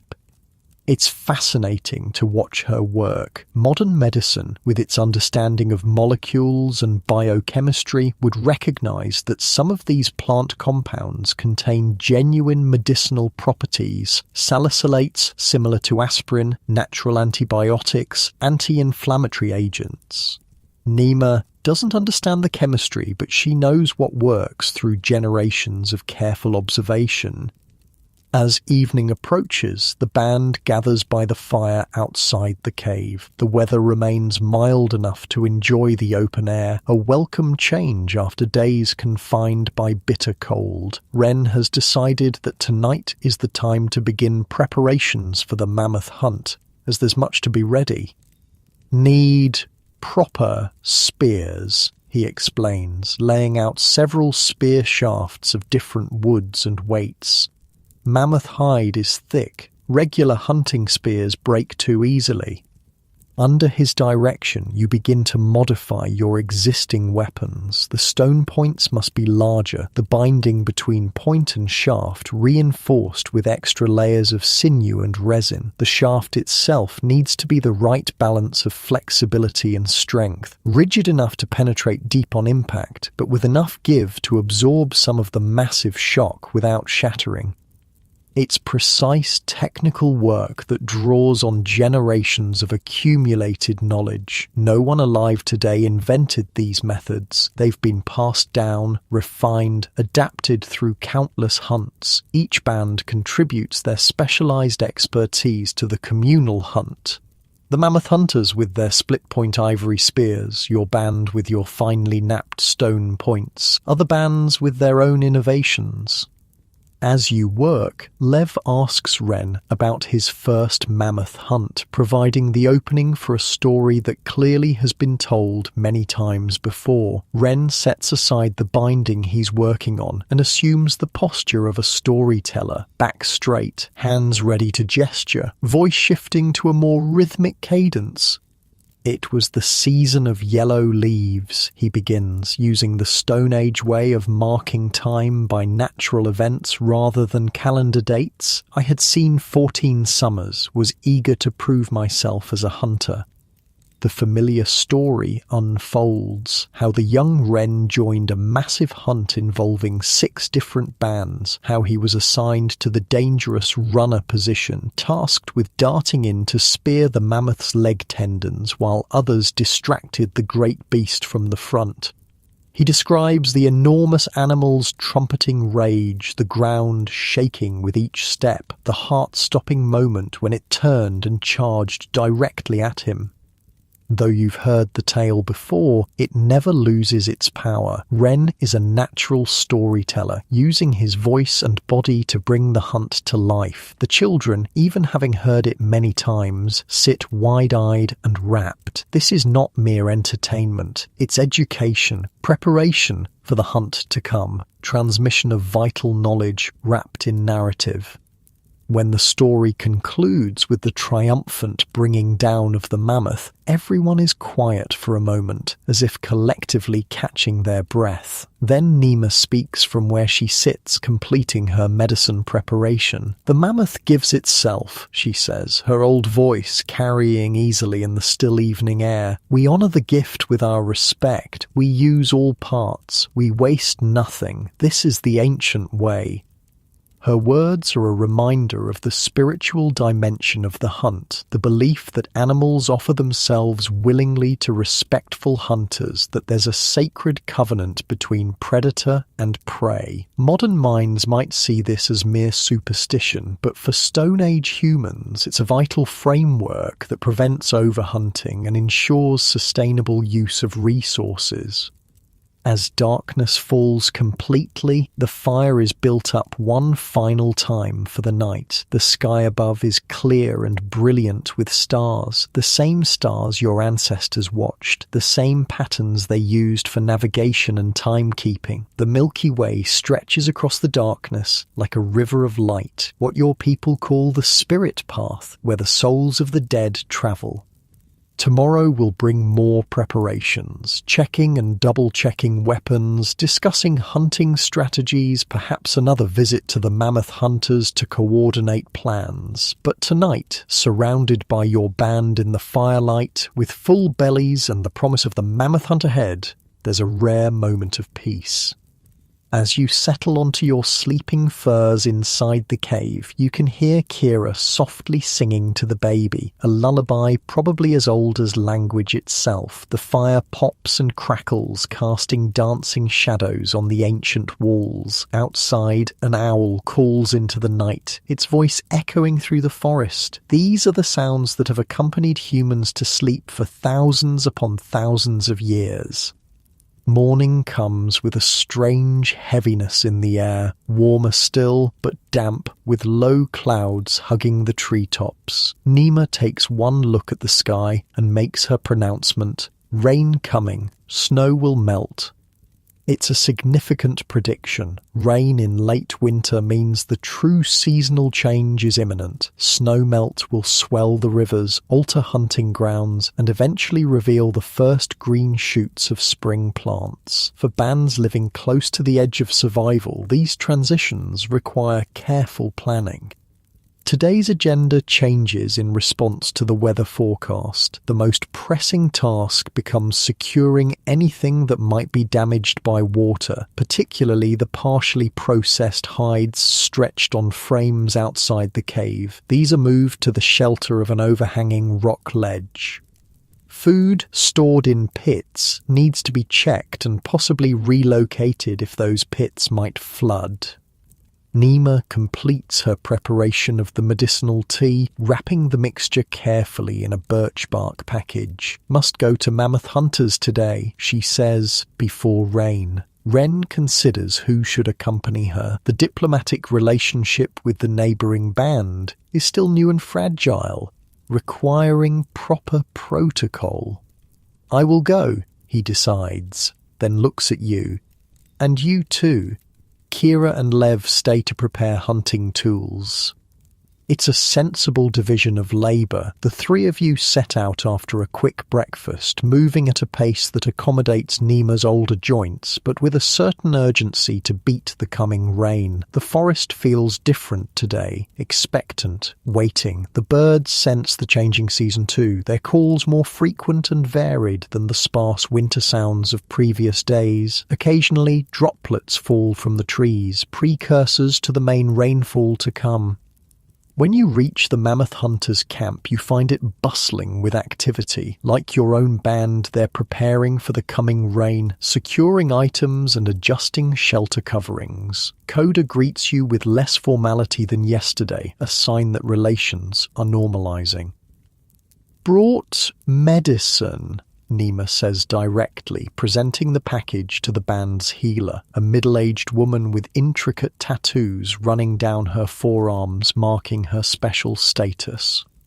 The healer accepts the gift with evident gratitude, then leads Nima toward one of the smaller huts. The two women duck inside, leaving you and Ren with Coda. "Come," the Mammoth Hunter's leader says, gesturing toward the central fire. "Show you hunt plan." This is what Ren had hoped for, a chance to discuss the mammoth hunt strategy in detail. At the fire, Coda has created a simple map on the ground, using sticks to represent the landscape features, small stones for the mammoth herd, and bone pieces for the different hunting bands. "Valley here," he explains, pointing to a depression between two stick ridges. "Mammoths follow river through valley, narrow at this end." He indicates a constriction in his model. The hunting strategy begins to take shape through his explanation. 4 bands will position themselves at the valley's narrow end. 2 more bands, including yours, will circle behind the herd and drive them forward with noise, fire, and strategic spear throws aimed not to kill, but to direct movement. It's a sophisticated plan that requires precise timing and coordination. If executed correctly, it will funnel the mammoths into the narrowest part of the valley, where the waiting hunters have the best chance of bringing down several animals with minimal risk. "How many mammoths in herd?" Ren asks, always practical. 20, maybe 25, Coda responds. "Many females, young ones. 2 big males with long tusks." This detail is important. Male mammoths, particularly the larger, older ones, are more dangerous but also provide more meat and better ivory. Females travel with their young, making them both more vulnerable and more unpredictable if they feel their calves are threatened. The discussion continues, delving into the specifics of positioning, signals to be used between hunting groups, and contingency plans if the mammoths break in unexpected directions. It's remarkably sophisticated strategic planning, drawing on centuries of collective hunting experience. While the men talk, you notice activity around the camp that reveals more about the mammoth hunters' culture. Several women work at scraping large hides, mammoth skin from previous hunts. To judge by the enormous size, the thickness of the hide requires specialized tools, including scrapers made from mammoth leg bones with sharp stone flakes inserted along the edge. Children dart between the huts, engaged in what appears to be a game, but serves as training for future hunts. They take turns playing mammoth and hunters, practicing encirclement tactics and coordination through play. It's learning disguised as fun, ensuring the next generation absorbs crucial survival skills.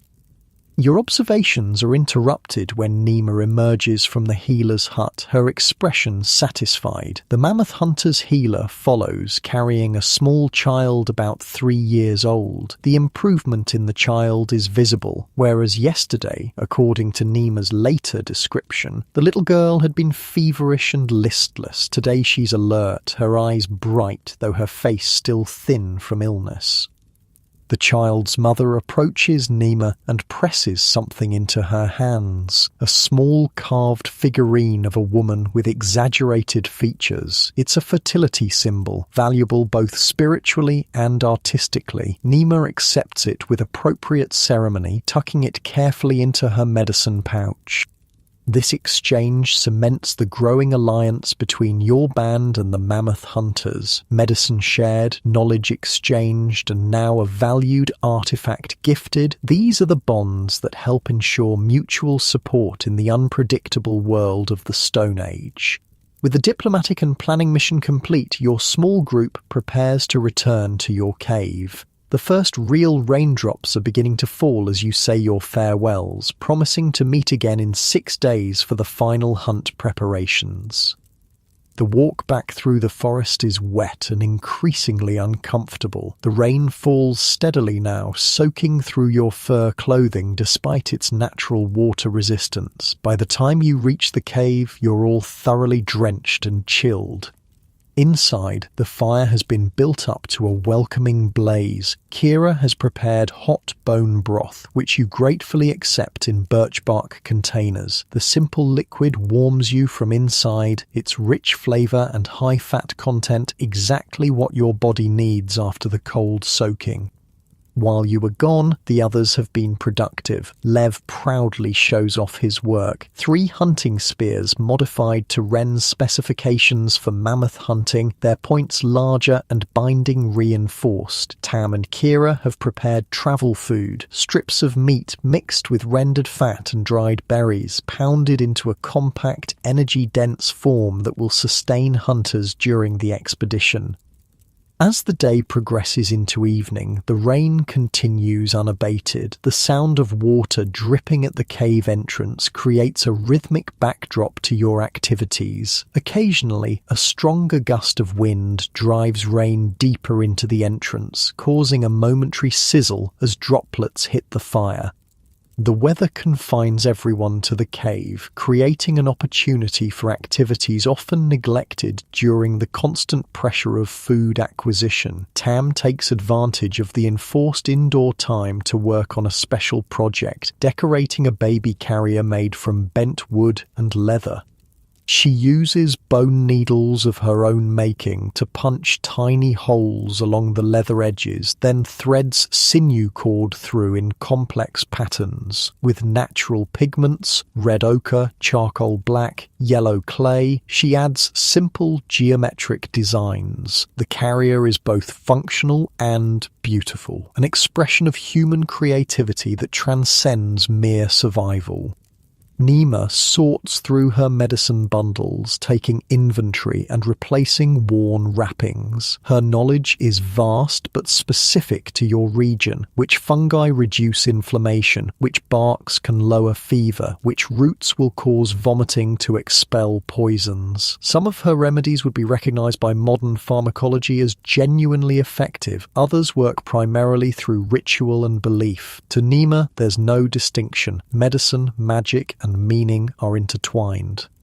Ren and Lev sit near the cave entrance, watching the rain while working on tool maintenance. Hunting weapons require constant attention. Bindings need tightening. Stone edges require resharpening. Wooden shafts must be checked for cracks or warping. As they work, Ren quietly passes on knowledge, showing Lev how to test a spear's balance, how to recognize flaws in the material before they become catastrophic failures during a hunt.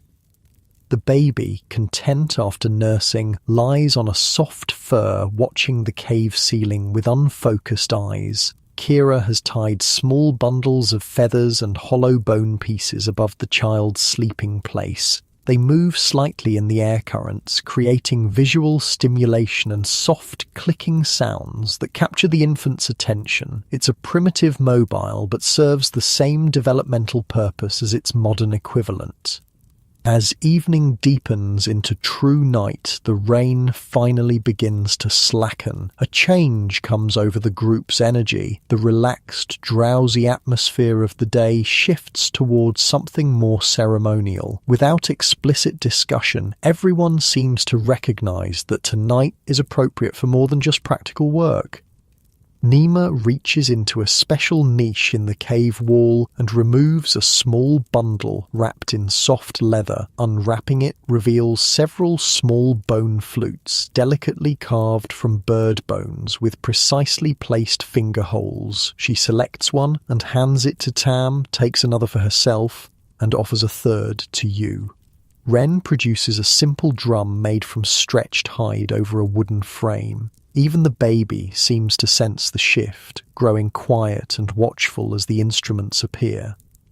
The music begins softly, Nima's flute carrying a simple, haunting melody that feels as ancient as the cave itself. Tam joins in, her notes weaving around her elders with practiced harmony. The drum adds rhythm, Ren's hands finding a heartbeat-like pattern that seems to match the dripping of the rain outside. You raise your own flute, finding the notes through muscle memory rather than conscious thought. The song requires no written notation. It lives in the band's collective memory, passed down through countless generations of ears and fingers. The music fills the cave, bouncing off stone walls that have heard similar sounds for thousands of years. It's both structured and improvised, with core melodies everyone knows but room for individual expression. Sometimes the tempo increases, driving and urgent. Other times it slows to a meditative pace that seems to stretch time itself. As the music continues, Kira begins to dance, the baby secured safely in a sling across her chest. Her movements are fluid and storytelling, imitating animals, weather patterns, hunting motions. The dance isn't merely entertainment, but another form of knowledge transmission, embodying the movements and behaviors that the band needs to understand for survival. Lev joins the dancing, his adolescent movements more energetic but less refined. Together, mother and son enact what appears to be the story of a hunt, their shadows cast huge and flickering on the cave walls by the firelight. The entire scene, the music, the dance, the firelight, the cave, creates a profound connection across time. These same activities in spaces much like this have been part of human experience for tens of thousands of years. The specific melodies and movements might differ across cultures and eras, but the fundamental human need to create beauty, meaning, and community through art remains constant. Gradually, the music shifts to something slower, more hypnotic. Nima begins to chant in a low voice, words that sound ancient even to Stone Age ears. It's a prayer song, addressing the spirits of animals, weather, and ancestors. She sways slightly as she chants, her eyes half closed, her wrinkled face transformed by the flickering light. This is the spiritual dimension of Stone Age life, not organized religion with dogma and hierarchies, but a direct, experiential connection to the mysteries of existence. In a world where survival is never guaranteed, where natural forces can bring abundance or destruction without warning, humans seek meaning and agency through ritual. As Nima chants, she removes the fertility figurine given to her by the mammoth hunters. She holds it up to the firelight, turning it slowly so everyone can see. Then, with deliberate movements, she places it in a small niche in the cave wall, joining dozens of similar figures, animal carvings, and painted symbols created and placed by your band and those who used this cave before you. The ritual complete, the music gradually winds down. The energy in the cave shifts again, this time toward the quieter rhythms of approaching sleep. Furs are arranged, the fire banked to provide warmth through the night without requiring constant attention. The rain has stopped completely outside, leaving only the occasional drip from saturated trees. Tomorrow will bring new tasks, checking how the rain has transformed the landscape, perhaps hunting in areas where animals will be on the move after the weather change. The mammoth hunt preparations will continue, increasing in intensity as the appointed day approaches. But tonight, as you settle onto your sleeping place, there's a sense of connection that transcends the daily struggle for survival. The music and ritual have renewed something essential. The bonds between band members, the links to ancestors and future generations, the relationship with the natural and spiritual worlds that frame Stone Age existence. Sleep comes easily, your dreams filled with mammoth shadows, flute melodies, and the ancient rhythms of a life both unimaginably different from and fundamentally similar to that of modern humans. The days following the rain bring dramatic changes to the landscape. The snow melts rapidly, transforming the forest floor from pristine white to a patchwork of brown earth, decaying leaves, and occasional stubborn snow drifts in shaded areas. Streams that were frozen solid now gurgle with fresh meltwater. The air carries a different scent: damp soil, growth, possibility. Dawn comes earlier each day. You notice it without thinking, your body's internal rhythms syncing with the gradually shifting balance of light and dark. No clocks or calendars mark these changes for Stone Age humans, just the intimate bodily knowledge of seasonal patterns built through observation and experience. With 5 days remaining before the mammoth hunt, your band settles into a rhythm of preparation and resource gathering. The changing conditions create new opportunities. Ren and Lev discover a beaver dam on a newly thawed stream and set snares nearby. Beaver fur is valued for its waterproof qualities, the meat is rich and fatty, and the distinctive incisors make excellent carving tools. Tam spots the season's first returning birds, small, quick creatures that feed on emerging insects. She fashions a lightweight throwing stick and manages to bring down 2 of them. Though small, the birds provide welcome variety to the band's diet. Their meat, a different flavour and texture from the monotonous winter fare. Kira, always thinking ahead, begins gathering birch bark from trees damaged by winter storms. The material is waterproof, flexible, and perfect for creating containers that will be needed for carrying water and storing food during the upcoming mammoth hunt expedition.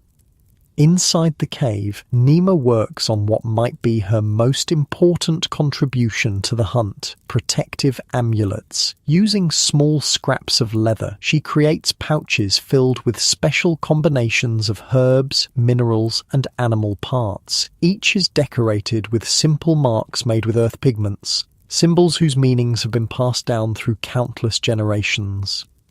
For safe hunting, she explains as she hands you one of the completed amulets. Wear around neck, keep mammoth spirit from becoming angry. You accept it with appropriate reverence. Modern minds might dismiss such items as superstition, but in the Stone Age, the line between practical action and spiritual protection is non-existent. The amulet is simultaneously religious object, psychological comfort, and social bond. Wearing it connects you to the band's collective strength and wisdom.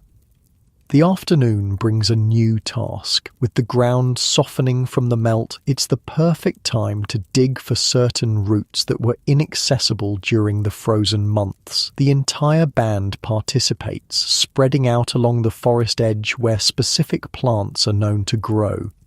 The digging tools are simple but effective: sharpened sticks hardened in fire, bone scoops for clearing soil, stone scrapers for cleaning the harvested roots. Everyone works steadily, their movements efficient from years of practice. Even the youngest members have roles. Tam supervises the baby, secured in its decorated carrier hanging from a tree branch while gathering smaller roots that require less digging.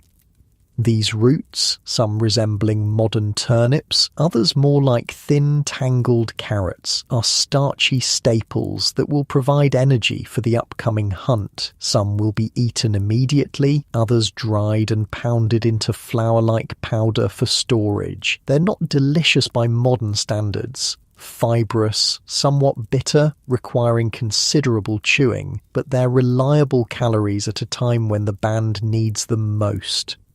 As you dig, your fingers occasionally encounter other treasures. Earthworms that will be used as fishing bait, small crystals that Nima collects for her medicine pouch, clay deposits that can be gathered for pottery and pigments. Nothing goes unnoticed or unused. The work creates a natural opportunity for conversation, the kind of casual knowledge sharing that forms the foundation of Stone Age education. Nima identifies different plants emerging from the softening soil, pointing out which are edible, which medicinal, which poisonous. Wren spots animal tracks in the mud and explains what they reveal about the creature's size, speed, and purpose. Deer walking slow, he says, indicating a set of sharp hoof prints. Not running from anything. Good sign. It's a simple observation, but contains layers of useful information. Prey animals are returning to the area, they're not currently stressed by predator pressure, and hunting opportunities will likely improve in the coming days.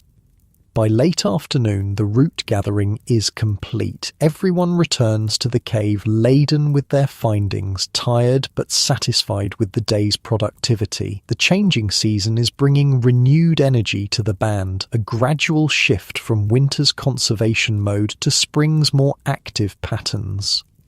Evening brings another important preparation for the mammoth hunt, storytelling. After the meal, when the fire burns low and shadows lengthen against the cave walls, Nima takes on her role as the band's memory keeper. The elders of participating bands always share mammoth hunting stories before a major expedition, ensuring that all hunters, especially younger ones, understand the techniques, dangers, and protocols.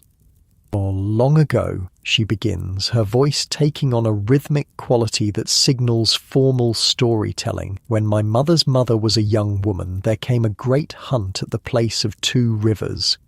What follows is a detailed account of a mammoth hunt from perhaps 50 years earlier. Nima describes the specific strategy used, how the hunters positioned themselves, which approaches worked and which failed. She recounts how one hunter was killed when a wounded mammoth charged unexpectedly, and how the bands adapted their tactics afterward. Though she wasn't present for these events, her telling contains vivid details: the sound of mammoth feet on frozen ground, the smell of their dung, the taste of liver eaten fresh from the kill. These sensory elements make the story memorable, helping it stick in the minds of listeners who might need to recall critical details during the actual hunt. The story isn't just practical instruction, though. Woven throughout are elements of the band's spiritual beliefs, how the mammoth spirits must be respected, which rituals ensure a successful hunt, what offerings should be made afterward. Again, the practical and spiritual aspects of Stone Age life are inseparable, each reinforcing the other. As Nima's story winds down, Wren picks up the narrative thread, contributing a more recent experience from a hunt he participated in as a young man. His telling is different, more focused on action, with expansive gestures mimicking spear throws and charging beasts. The dual narratives provide complementary perspectives, ensuring comprehensive knowledge transfer. You notice that Lev is especially attentive during these stories. The upcoming hunt will be his first encounter with mammoths, and a successful performance could mark his full transition to adult hunter status. He asks several questions about spear placement and escape tactics, his usual teenage bravado tempered by appropriate caution. Night settles fully around the cave. Outside, a nearly full moon illuminates the landscape, casting silver light on the patches of remaining snow. The sounds of the forest have changed with the season. Fewer wolf howls, more owl calls, and the occasional splash from the stream where nocturnal creatures drink. Inside, the fire burns down to glowing embers that provide gentle warmth without the active flames needed on colder nights. The band begins to settle for sleep, arranging furs and finding comfortable positions on the cave floor. There's a peaceful quality to this nightly routine. Bodies finding their accustomed places, quiet murmurs as final thoughts are shared, the collective slowing of breath as consciousness fades.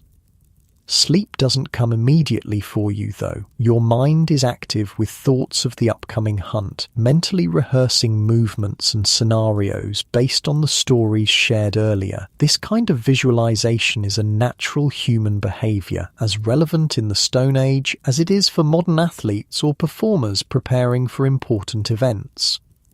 From your sleeping place, you can see a portion of the night sky through the cave entrance. The stars are brilliant against the black backdrop, arranged in patterns your people have named and used for navigation and timekeeping for countless generations. That bright cluster is the Mammoth's Eye. The 3 stars in a row are the hunter's spear. Each has stories attached, explanations for how they came to be placed in the sky, what their movements mean for humans below.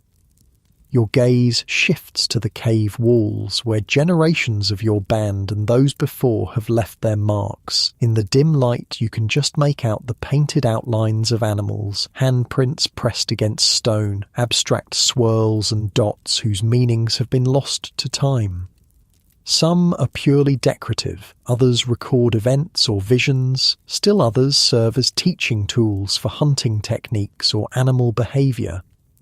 These images connect you to the past and future simultaneously, to ancestors who sought the same shelter and created the first marks, to descendants who will add their own contributions long after you're gone. The cave is both home and archive, a physical space that contains your band's collective identity and history.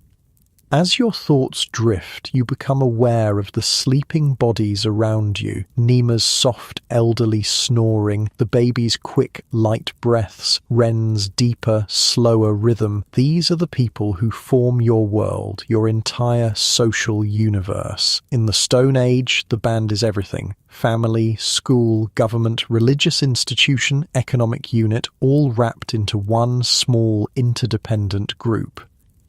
Modern humans might find this intense social proximity suffocating, the lack of privacy and constant interdependence too constraining. But for Stone Age humans, the band's closeness is security and comfort. To be alone is to be vulnerable. To be part of the group is to survive. Your thoughts turn to the mammoth hunters and the coming cooperative hunt. It's remarkable, really. Bands that maintain separate territories and identities throughout most of the year, coming together for mutual benefit in a complex, coordinated effort. This capacity for flexible social organization, for forming larger groups when necessary while maintaining smaller, more intimate bands for daily life, is one of humanity's great adaptive strengths. Outside, an owl calls, its haunting voice echoing through the night. Another answers from farther away. The sound triggers a memory of something Nima once said, that owls carry messages between the living and the dead, their ability to see in darkness making them perfect messengers to the spirit world. You wonder if they're carrying words from your band's ancestors now, perhaps offering guidance for the hunt to come. The thought isn't frightening, but comforting. In the Stone Age worldview, the ancestors remain present and involved, their wisdom accessible through dreams, visions, and natural signs. Death is a transition, not an ending. Those who have passed continue to exist in another realm that occasionally intersects with the world of the living. Your eyelids grow heavy as these thoughts swirl and merge. The physical exhaustion of the day's work combines with the mental stimulation of the evening's stories, creating the perfect conditions for deep sleep. Your breathing slows, matching the rhythm of the sleeping band around you. In these last moments before consciousness fades, your mind makes connections that your waking self might miss between the curved tusk of the mammoth figurine and the crescent moon outside, between the rhythm of Nima's storytelling and the beating of your own heart, between the ancient paintings on the cave wall and the images that will soon populate your dreams. This twilight state between waking and sleeping would be familiar to humans across time, that floating liminal space where thoughts become less linear, where boundaries between self and world grow permeable. But for Stone Age humans, without artificial light to extend the day or stimulants to delay rest, this transition would be a more regular, ritualized experience, aligned with the natural cycles of daylight and darkness. As sleep finally claims you, your last sensation is of profound connection to your band, to the earth beneath the cave floor, to the animals whose lives sustain yours, to the ancestors whose knowledge guides you, to the unborn generations who will follow. It's a feeling modern humans glimpse only occasionally in rare moments of transcendence or belonging. In the Stone Age, that connection isn't exceptional but fundamental, the baseline of human experience, the web that holds individual lives within the greater patterns of existence. There is hardship, yes, and constant struggle for survival, but there is also a groundedness, a belonging that many modern humans spend their lives seeking. The hunt will come with all its danger and promise. The seasons will turn, bringing new challenges and opportunities. Babies will be born, elders will pass on, and the great wheel of life will continue its eternal rotation. Your small band will play its part in the vast, complex dance of existence, adding its unique thread to the tapestry of human history. For now, though, there is just this moment, the warm furs against your skin, the soft breathing of your band, the gentle glow of embers, the ancient stone sheltering you from the night. Your body relaxes completely, surrendering to sleep's embrace. Your mind, so active with planning and remembering throughout the day, finally grows quiet. And with that quieting comes peace. Not the peace of perfect safety or abundance, which Stone Age humans rarely knew, but the deeper peace of living in harmony with natural rhythms, of knowing your place in the greater order, of being fully present in your existence. As you drift into dreams, perhaps of mammoth hunts or starry skies or roots pushing through softening earth, your experience mirrors that of countless humans across the millennia, different in countless details, yet fundamentally the same in its humanity. And as your own eyelids grow heavy, as you sink deeper into your comfortable bed, so unlike the cave floor of your Stone Age companions, perhaps you carry a small spark of connection to those ancient ancestors, a reminder that beneath the vast differences in our daily lives, we share the same essential humanity, the same capacity for struggle and joy, fear and courage, isolation and belonging. Sleep well, and may your dreams be as rich as those of your Stone Age counterparts, filled with the ancient wisdom that still lives somewhere deep in your modern mind.